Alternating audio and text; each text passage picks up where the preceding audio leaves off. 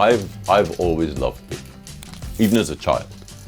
You know, I remember my brother started preschool, and I remember him coming home with a copybook.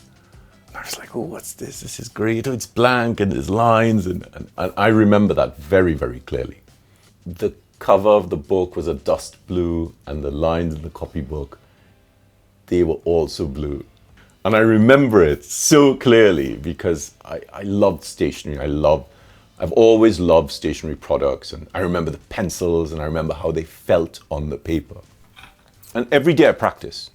I spend at least half an hour to an hour practicing writing on paper with nibs, with inks, with markers, with brush pens. Every day I use paper.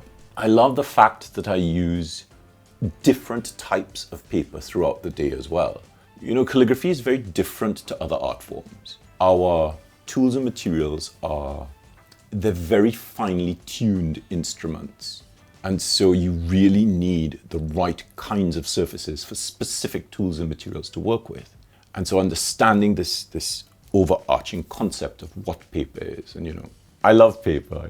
I love being able to see the differences in the paper, and knowing the scripts also help, because if you know what the script is from that particular region that the paper is made, you'll understand why the paper was made in that way. So not every nib will work with every ink on every piece of paper.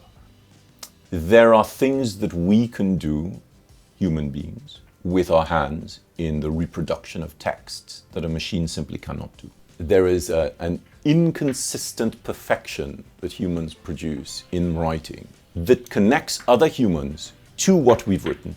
So if you have a font, let's say you have a basic font where there is only one letter per character. When you print that, it looks very mechanical.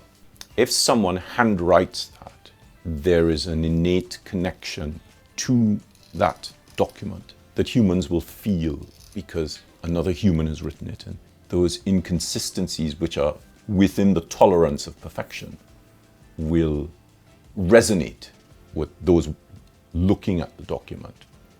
You know, lots of people don't write anymore because they don't really know how to write.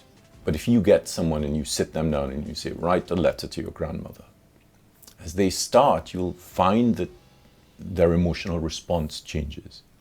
And that's great, because then you ask them, would you type this and send it to your grandmother? And they would be like, no, definitely not.